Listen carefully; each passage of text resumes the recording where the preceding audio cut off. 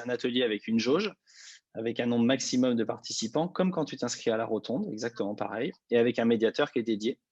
Et on a fait notre premier test d'atelier sur les dômes martiens, donc fabriquer ton propre dôme qui pourra aller s'installer sur la planète Mars. Donc c'était un test pour savoir techniquement est-ce qu'on est capable de le faire, est-ce que c'est pas chaud d'animer à distance. Puis il y a quand même l'idée de que tu prends un billet que tu payes, donc il faut une relation qualitative qui soit très forte.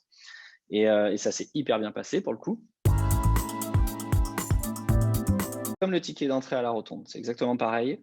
Ça veut dire que quand tu prends, donc c'est comme si tu réservais un ticket, hein, c'est via la même plateforme, c'est le même système, sauf que c'est un atelier en ligne. Et on le fait 4 € par enfant, mais c'est finalement par famille.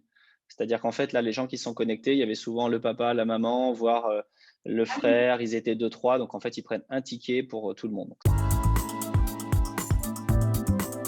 L'idée, c'est que ça soit vraiment aussi l'animatrice qui est là, la Marie, tu vois, des points de détail par rapport à Science à la maison.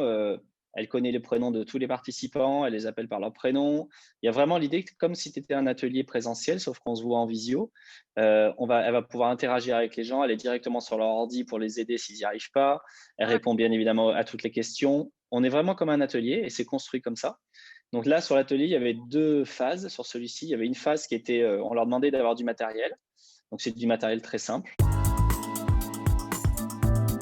Ça va être des choses qu'on a soit déjà à la maison. Il y a bien évidemment, on ne fait rien acheter aux gens, un qui est coûteux ou que tu trouves en pharmacie en version, tu vois? Non, non, il ne faut pas faire le tour de la ville pour trouver l'ingrédient, pas du tout.